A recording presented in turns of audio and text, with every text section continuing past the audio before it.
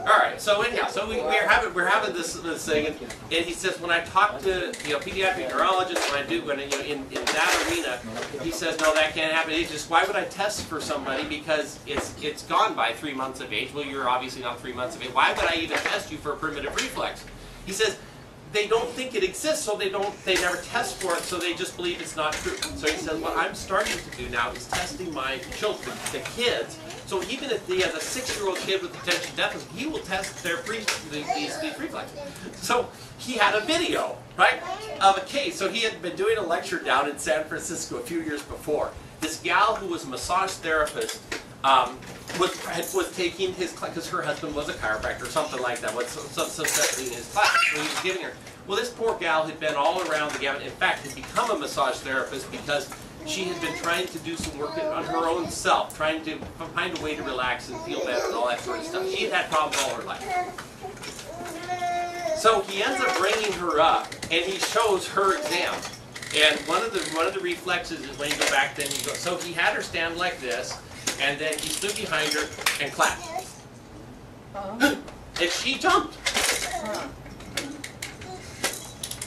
So what that means, in his premise then is, if there is a latent reflex in you, you have to go back and get that so the brain learns how to eradicate that. And it can be very simple. In fact, and I'll tell you kind of how we watched it unfold. So he didn't show what he did to this gal. He just showed this, and then we could see, wow, it all changed. Okay, good. So we had watched this video like that. I think that might have been Saturday or something. So Sunday, he says, okay, now before we dismiss here, let's review. So is there a volunteer in the audience? Well, so one of my colleagues, she's like 54. Okay, I'll do it. Okay, so he brings her up. Okay, so this is where we'll check tomorrow and then blah, blah, blah, blah, right? Okay, so then okay, now here we go. So stand there like this, and then he goes, she almost. Wow.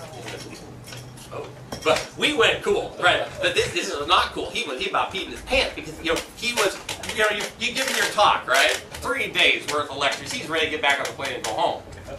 And he had this sort of thing, almost didn't catch her sort of thing. And he said, wow, let's do that again. One of the things about primitive reflexes, which are unlike anything else, they never fatigue out. They will always be, and when you do it over and over, they get bigger and bigger. He did it again, and he's ready this time. G5.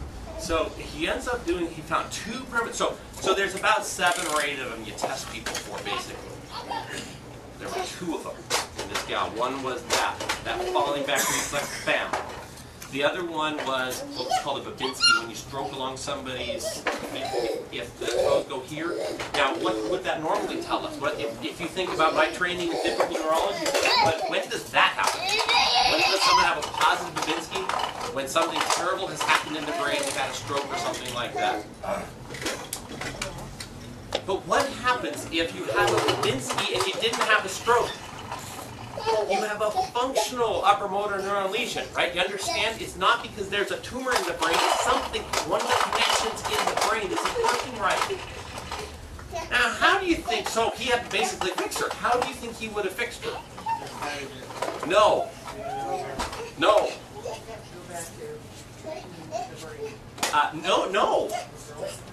No. You would think so. These are fantastic guesses.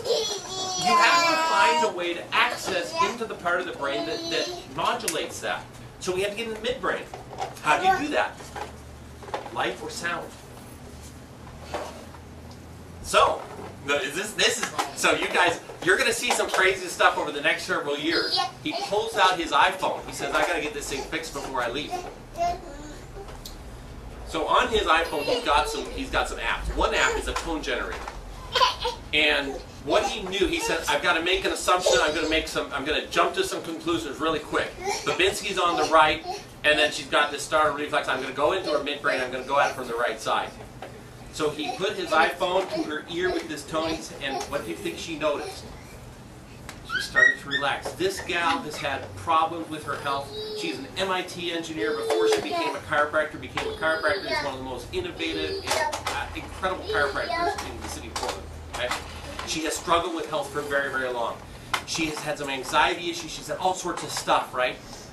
When he put this phone to her ear with this tone, what do you think she started to notice? She started relaxing. the tone changed the part of her brain, the midbrain that controls blood pressure and heart rate, those sorts of things. That tone quieted her down. He said, okay, now let's test the reflexes. And what do you think happened to the reflexes? The primitive reflexes were gone. He said, okay, guys, are you game to try something? If this was right, I should be able to bring those reflexes back. How would I do it? No. Go to the other ear, because the things that will bring balance to our brain by going in and helping quiet and stir up the balance of the left and the right. If I go to the other ear and send that same tone in, because the sides aren't working together right, if I use that same tone, we'll see the reflexes come back. So he did that tone. Guess what? The reflex that she was like she was before, he said. So one more. Huh? Yes, because the limbic, that's part of the very core, yes, it's part of the very core being of the body. He did it in bacteria when those primitive reflexes were gone. So this is using, so he didn't adjust, right? You understand, he didn't adjust her. He used a tone to change the neurology of her body. But what is going to prevent that tone in this worldwide? Yes. Come back and set it back. So what essentially you then have to build plasticity. Once you have, just like they showed the examples of these cases here, right? So he got Will back so he can swing his arm and so forth. Now, like, what if he plays a game and gets another concussion and things like that? There's a risk. There's also a risk of some of these sounds. Now, as her brain builds health and balance, because it's an imbalance in the brains, right? They're not talking to each other. If you can use sound to make that dramatic, then once it's go to that area, that's what and it has to be fixed. But once it's fixed, she can be balanced, and then she'll be fine. Now it may be that she'll have to avoid certain sounds. Maybe it might wear ear, like if she goes to a concert or something like that. But when it's bilateral, it's not such an issue. It's a one side on the to the part of the brain that's already off. That's bad. But they'll be able to build that. Okay, now. Yeah. You said as babies we have those reactions until we grow the brain. Yes. So each reflex has its own time frame. Right. So she's been living with this because it hasn't. So now it's time to grow it. So can she grow out of it so that she won't have to do that? So but it's not.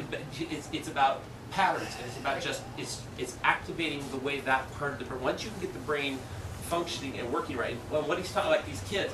Now, movement can be used like in these kids because his movement is a big disorder he happened to use in this case because he saw the Babinskis, which would indicate this part of the brain wasn't inhibiting that reflex, and then because of the startle reflex, he knew because of the way those were combined, that's why he decided to go into that midbrain.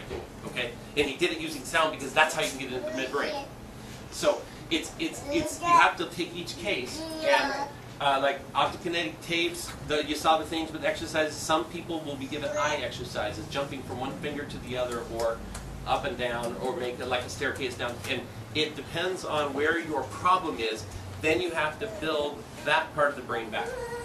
And it's just, to me, I mean, this is one of those things I would never, when I became a chiropractor, I would never have imagined in my wildest dreams that it's possible that somebody in my office, I'm going to actually use a sound instead of giving an adjustment. Right? Is that great? Does that make sense?